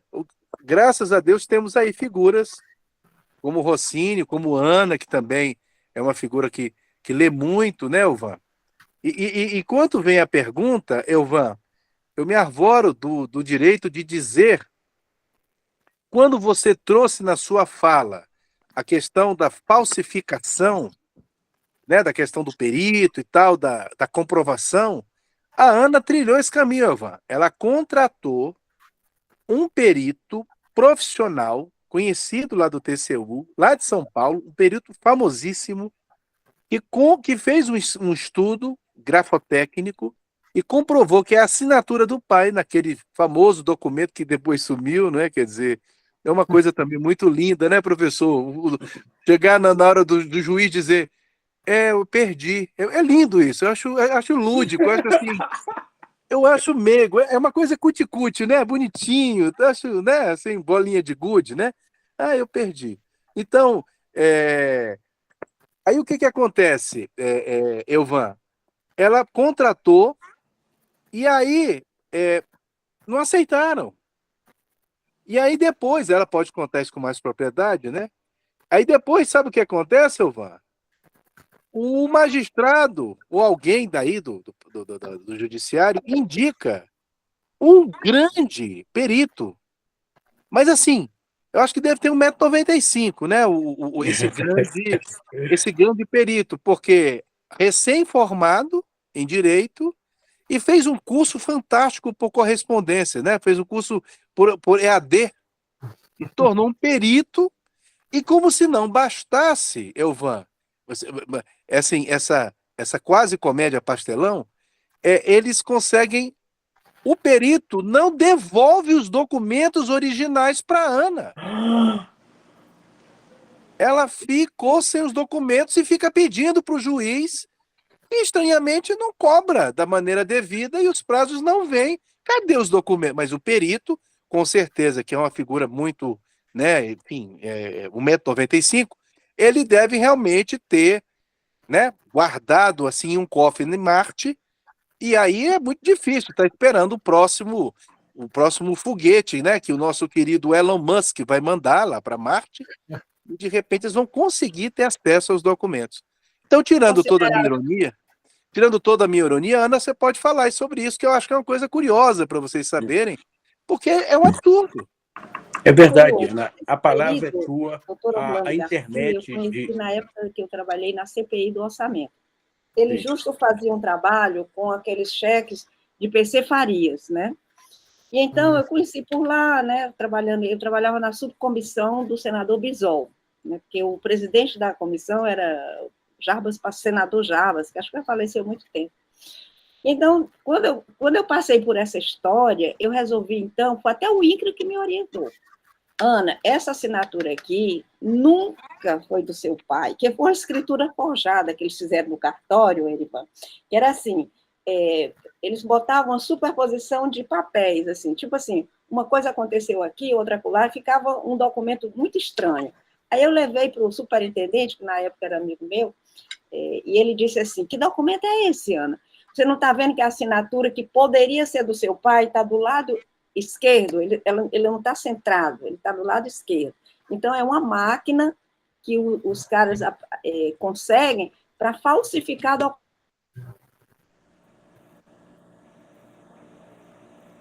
Eu contratei o Orlando Garcia para fazer a análise daquele documento. E ele fez um relatório técnico muito interessante, muito bom, e ele considerou que a assinatura é totalmente falsa. Aí aquelas escritas que faz o perito, né? Letra P, letra A, letra não sei o quê, tá? Não é a mesma coisa. E então eu entrei com o processo, diante disso, de nulidade, né? Contra esse pai do prefeito. Nulidade, porque ele diz que comprou 90% da propriedade. Ele diz, né? Mas ele não comprou. Aí, quando eu entrei, aí pedi que o juiz contratasse o perito da confiança dele. Aí foi lá, demorou 3 anos essa história, né? E aí depois contratam este perito aí que o Marcos fez essa brincadeira jocosa, né? Aí eu falei, não, paciência, né? O cara fez um cursinho aí de 3 dias. Aí, como é isso? Eu imaginei assim, que alguém que foi jogado bem a tiracolo mesmo, e caiu assim, ó, pim, lá. Aí eu não aceitei. E aí voltou de novo a mesma história, eu cobrando do judiciário que isso acontecesse, né? Aí eles pegaram e indicaram um melhor ainda, indicaram uma bióloga, essa foi por demais, sabe? Indicaram, era uma bióloga, né, Arthur? Bioquímica, né? Para fazer a perícia grafotécnica. Agora, o que uma bioquímica, no meu entender, vai entender de perícia grafotécnica? Quer dizer, algo assim muito... Acontece demais essas coisas comigo no Judiciário do Maranhão. São bizarrices. Então, raro, mas acontece com frequência, né? Extremamente complicada. É como se não levasse a sério, é como se dissesse assim, vamos fazer qualquer coisa aqui, que uma hora ela abandona isso, né? Vamos fazer qualquer coisa aqui. Isso é não levar a sério as coisas, né? Então, eu peguei e fiz a desistência desse processo, porque eu vi que não ia dar em nada. Eles iam ficar nomeando esses peritos que não tinham conhecimento técnico, né? Que não eram especializados para fazer o trabalho junto ao Orlando Garcia, que seria, então, assistente técnico na causa. Aí eu falei, sabe de uma coisa? Eu vou fazer a desistência e vou correr para o lugar certo. Aí tem órgãos especializados aqui no Poder Federal, né? Que se chama Ministério da Justiça, Polícia Federal, etc., que pode ver essas coisas com maior precisão, né? Então, eu saí do judiciário por causa disso, nesse processo, porque eu vi que não tinha resolução. E o Ministério Público? E a estratégia o tempo inteiro, viu? E o Ministério Público? Fez algum tipo de atuação, pelo menos nas áreas de preservação, deveria agir, né? Estou pretendendo. O Ministério Público ele poderia entrar com ação civil pública, ele poderia fazer várias, principalmente nas áreas que são de preservação ambiental, que tem um interesse coletivo, né? Porque aí já tira da mão deles uma parte da terra, já é uma vitória, né? Porque aí ele, pelo menos, dá a função social da propriedade, né? Ana, você está sem volume. Aumenta aí, Arthur. Agora tem uma casa, Evan, né? Que está com o invasor, Se eu estou querendo tirar da mão do invasor, eu não sei como é que eu vou me resolver com o judiciário, porque eles já disseram que tem um direito superficiário, que tem não sei o quê, porque eu quero entregar para o IFAM, porque ali tem um projeto nosso da família para criar o Museu de Pessoas, porque nós já criamos lá nessa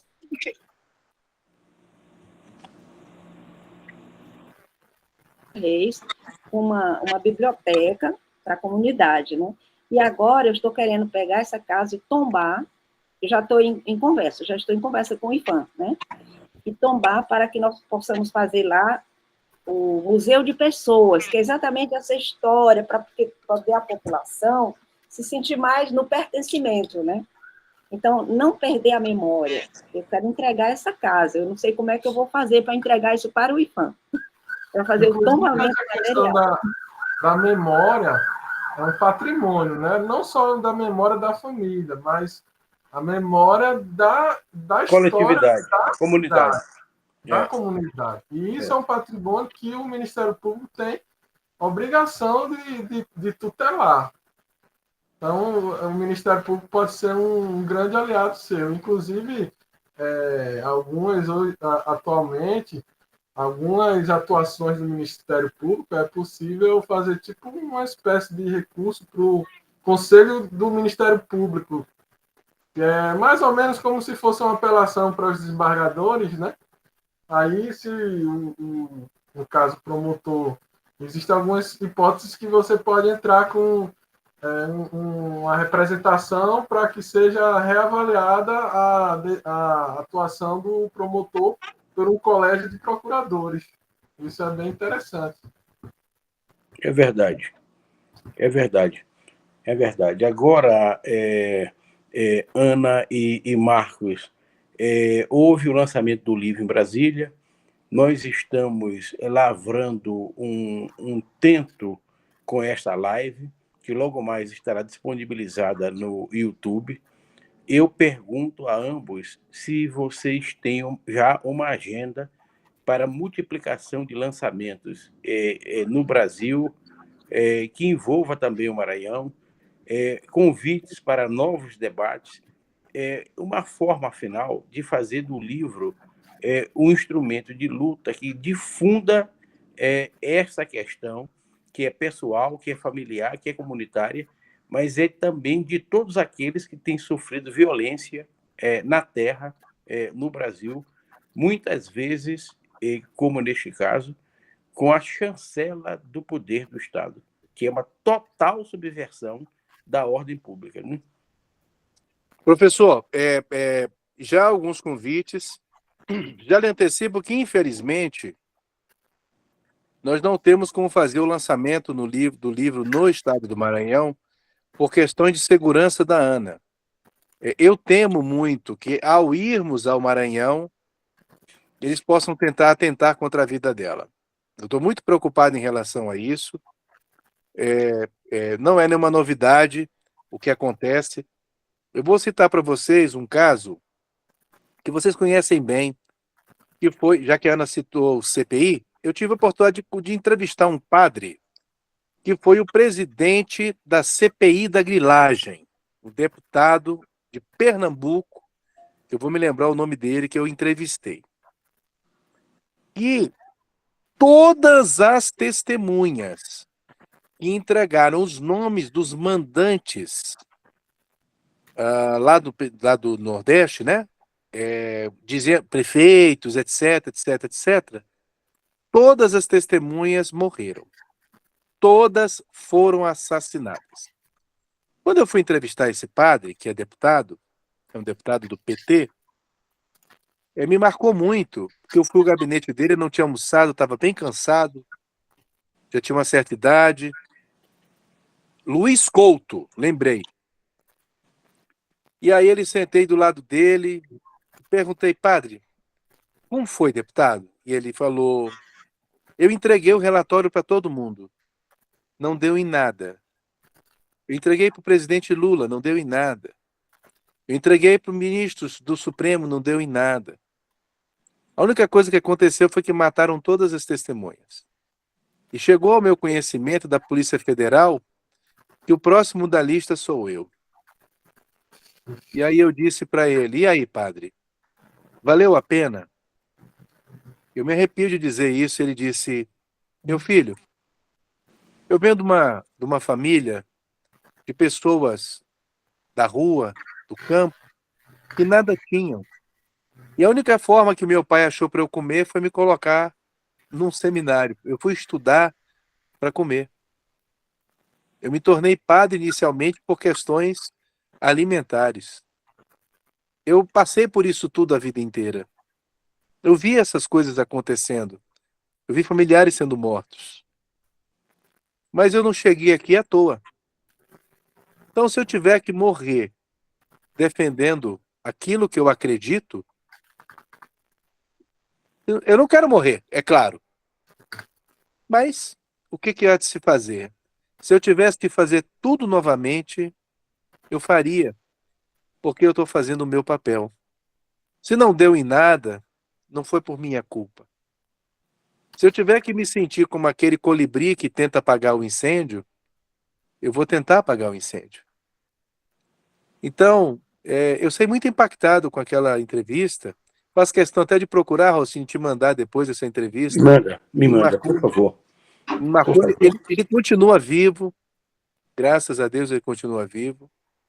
Mas o que nós vemos, infelizmente, um colega nosso chamado Palmério Doria, Sim. lançou um livro falando sobre o José Sarney e ele foi agredido quando foi fazer o lançamento lá em São Luís. Compraram todos os exemplares do livro e tentaram bater nele quando ele foi fazer o lançamento em São Luís. Eu não consigo pensar na Ana. Porque veja bem, Elvan, a Ana, quando descobriu o que estava acontecendo e viu coisas acontecendo, que ela entra no carro com a irmã, isso está no livro, e ela se dirige para Bacabal para fazer uma ocorrência policial em Bacabal. O invasor entra num carro, persegue as duas e fecha as duas e elas são jogadas para fora da estrada. E por uma manobra muito habilidosa da Clara, elas conseguem desviar de uma árvore e continuam. E depois, na sequência, um motoqueiro as persegue e fica batendo no vidro do carro, tentando fazer com que elas também novamente saíssem da estrada e viessem a óbito. Isso estava no início do processo. Era o início. Hoje, nós temos uma obra, como vocês dois bem disseram. E agora a gente vai lançar uma obra cheia de provas, de documentos no Maranhão. Por quê, gente? Se você, na cabeça dessas pessoas, apaga a Ana, que é quem mais hoje é o calo, né? Que é hoje a pessoa que mais os incomoda, na cabeça deles acabou. Então a gente não pode agora, nesse processo, simplesmente permitir que ela corra riscos, né? Ir para o nosso estado é algo que eu acho que é temerário. Temerário nesse momento, né? Acho que não vale a pena. Então, qual que é a minha estratégia? Eu fui convidado para um bate-papo com a Ana, conversar com alunos na Faculdade de Processos, a professora Claudine. Também o pessoal do CEUB está querendo que a gente vai fazer isso também agora no mês de agosto. E, professor Rossini, se quiser, a gente pode ir presencialmente ao IESB também fazer uma atividade como essa. Nem falei para a Ana, mas eu recebi um convite para nós fazermos uma atividade no estado de São Paulo e no estado do Ceará.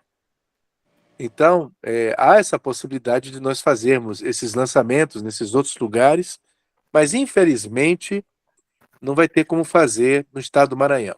E falo uma coisa bem peculiar, que eu nunca falei para a Ana, e também não para o professor Rossini. O professor Rossini teve um ano, eu já trabalhei muitos anos na Feira do Livro aqui de Brasília. Sim. Fui coordenador geral. Elvan, olha que coisa interessante. Abriram um edital para que autores pudessem se inscrever para participar da Feira do Livro do Maranhão, lá de São Luís. Aí eu de Brasília mandei minha inscrição. Isso foi em setembro, sei lá. Quando foi em dezembro, eu recebo uma ligação de uma pessoa lá de São Luís dizendo: poxa, você faltou o lançamento do seu livro aqui na Feira do Livro. Eu fui escolhido, professor, para fazer o lançamento e uma palestra na Feira do Livro de São Luís, só que eles se esqueceram de falar que, para mim. Então, as pessoas... Mas para que me avisar, não é verdade? Eu não precisava estar lá. Então, assim, as pessoas que foram para o meu lançamento, para a minha sessão de autógrafos, saíram com muito mal impressionados, dizendo que eu tinha faltado ao meu próprio lançamento, à minha própria palestra. E depois eu percebi, Ana, que saiu matéria sobre mim no estado do Maranhão, o saudoso, que agora não existe mais, o estado do Maranhão impresso, falando da ida do pessoal, né, da programação, estava meu nome e o nome do meu livro lá. Também, mais uma vez, ninguém me avisou. Então, assim, o Maranhão, por enquanto, ainda não é o local para eu lançar livros. Porque muito provavelmente pode acontecer, viu, Ana? Cuidado que eles vão lançar o nosso livro sem nós lá. Vão fazer um lançamento, a não ser que eu vá lançar na AME, que eu quero conhecer, que é uma editora de autores maranhenses, ou na Academia Maranhense de Letras, lá sob os auspícios lá do Daniel Blume, do Rossini, desses acadêmicos maravilhosos, que claro que vão chamar a polícia para não deixar matar a gente. Aí a gente consegue, porque o pessoal da Academia Maranhense tem esse moral, esse pessoal vai respeitar, porque a poesia não tem medo de bala, não é verdade? Mas tirando isso, por enquanto não dá. Mas a gente pretende fazer outros lançamentos e levar esse caso não só para as faculdades, mas para as redações. Eu fiz o livro chegar na mão de grandes jornalistas, e agora tirando a brincadeira, que eu tenho esse lado brincalhão, porque a coisa é tão pesada, né, Elvan, que se a gente não for muito a sério, a gente, ao invés de rir, a gente chora, né? Então, eu fiz o livro chegar na mão de alguns jornalistas, e vamos ver se, de repente, os bastiões do quarto poder possam, de repente, fazer os devidos questionamentos que ninguém tem coragem de fazer. Porque o que está acontecendo com a Ana Reis e com a família dela, professor Rossini, é o que a Ana falou, que o Ivan falou, que eles disseram. Se fosse uma pessoa que não fosse advogada e nem tivesse recursos financeiros, o que já teria acontecido até agora? Quantos hoje em dia têm que enfrentar essas questões sem ter os recursos necessários, sem ter os meios, sem saber se defender? Eu acho que essas pessoas de lá não, veja, eu estou falando do caso da Ana, não estou falando de maneira generalizada, mas elas estão tão acostumadas a lidar com pessoas despreparadas, a subtrair as coisas de quem não tem as ferramentas, que quando você acha alguém que tem as ferramentas, eles acham que, já que vamos ter que apelar.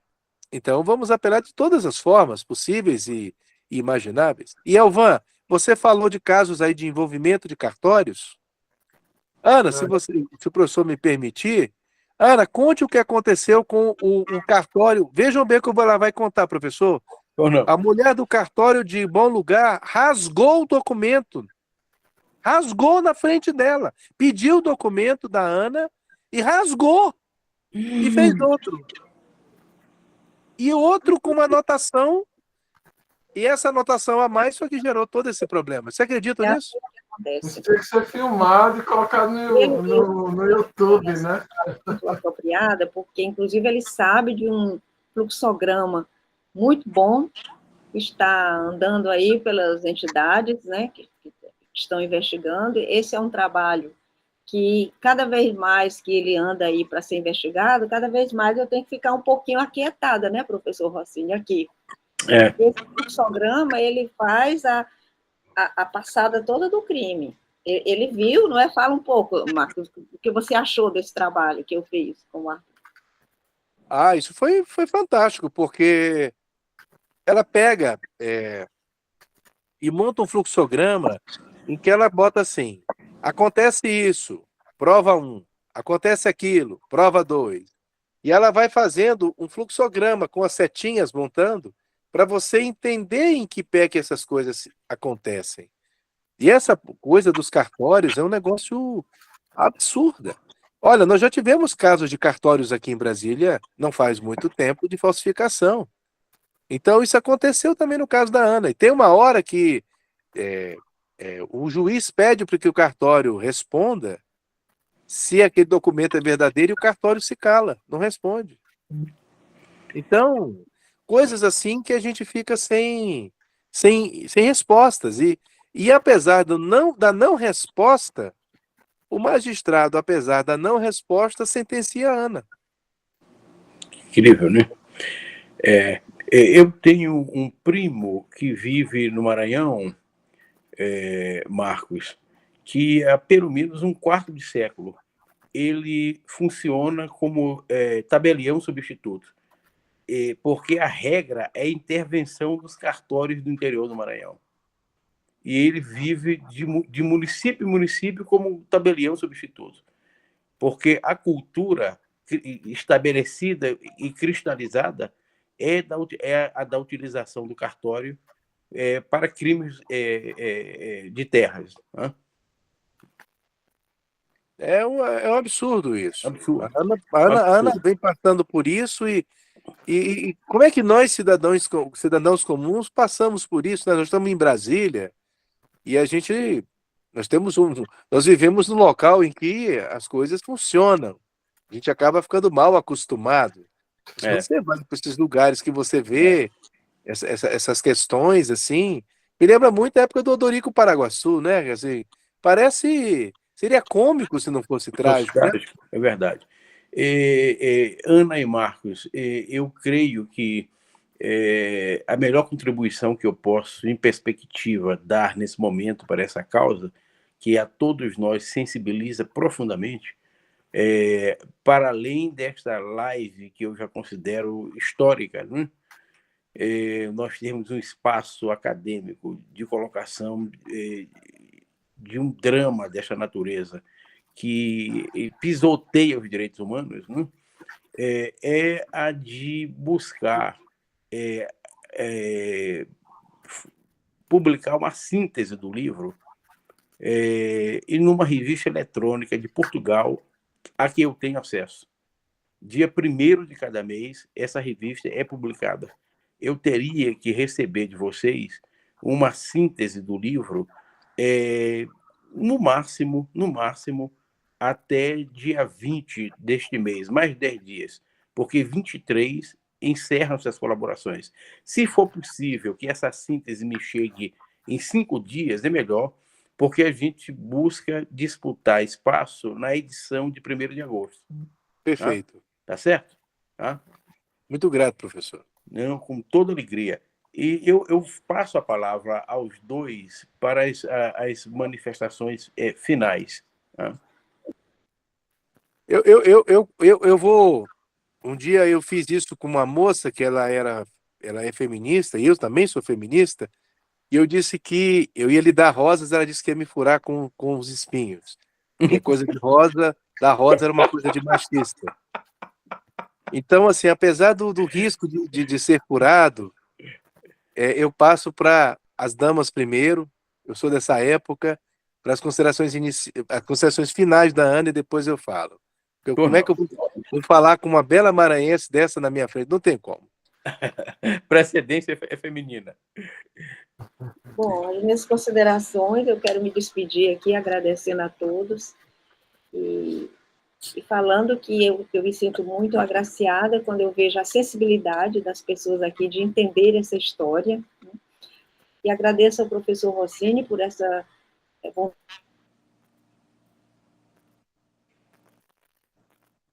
culpa da gente não poder lançar esse livro agora, no estado do Maranhão, no momento, mas a gente pretende, no momento adequado, voltar e fazer esse lançamento.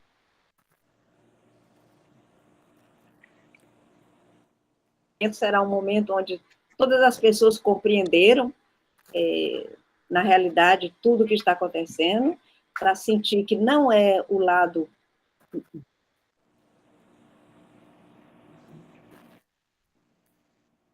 e acho que nós vamos ser bem-sucedidos nesse lançamento, onde nós vamos levar esse trabalho para muitas pessoas que precisam saber também como isso ocorre. Acho que nós seremos muito úteis à sociedade, não só do nosso Estado, mas do nosso Brasil, né? E agradeço imensamente a paciência de vocês em me ouvir. Muito obrigada, uma boa noite. Uma honra e uma alegria. Marcos, por favor.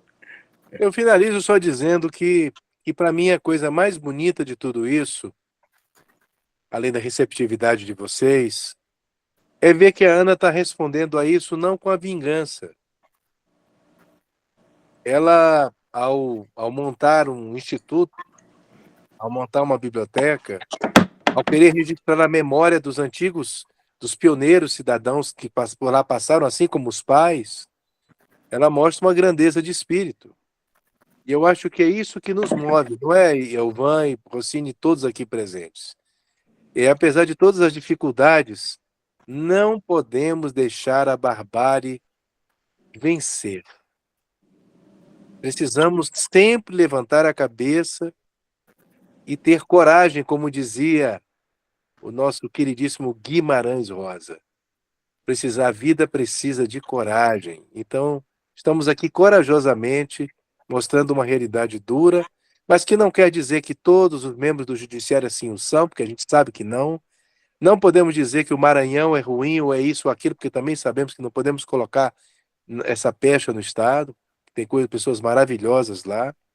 É que, infelizmente, esse é apenas um caso, mas é um caso que pode ser exemplar, mas que ele traz para a gente o espírito da resistência, da resiliência, de que a vida precisa de coragem. E com muita coragem eu me despeço, agradeço, peço perdão porque falo muito e agradeço pela paciência. Professor, muito honrado pelas suas colocações, do Elvan, e obrigado pelas perguntas. Estamos à disposição. Obrigadíssimo. As locuções finais confirmam toda a narrativa, tanto de Ana quanto de Marcos, e nos entusiasmam, porque nos fazem recordar aquilo que Clóvis Bevilacqua disse quando traduziu para o português A Luta pelo Direito de Rudolf von Ehring. Ele disse: é a Bíblia da nova civilização. Lutar pelo direito como crença inegociável em favor do processo civilizatório. É o que nós estamos testemunhando aqui, com o drama vivido pela família Reis, com a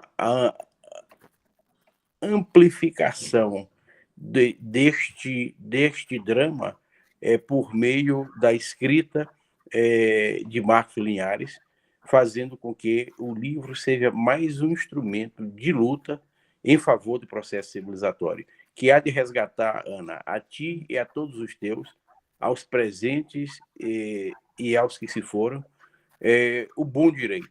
Não é? Eu peço, finalmente, a Elvan Loureiro que apresente as despedidas tanto a Ana Reis quanto a Marcos Linhares, em nome do Centro Universitário IESB. Eu queria agradecer a ilustre e histórica presença do Marcos Linhares e da Ana Reis, e pela honra e oportunidade de ouvir essa história aqui e debater e registrar esses fatos históricos, né? Assim como no livro está registrado, agora em áudio e vídeo, né? E dizer que estamos muito felizes por isso e agradecer também ao professor Rossini, ao professor Ani, os demais professores, e agradecer também aos alunos e alunas presentes aqui e tiverem interesse pelo tema, por estarem assistindo essa live. E muito obrigado. Um abraço a todas e todos, afetuosamente dirigido de maneira especial a Ana Reis e a Marcos Linhares, com os nossos agradecimentos. Vamos juntos,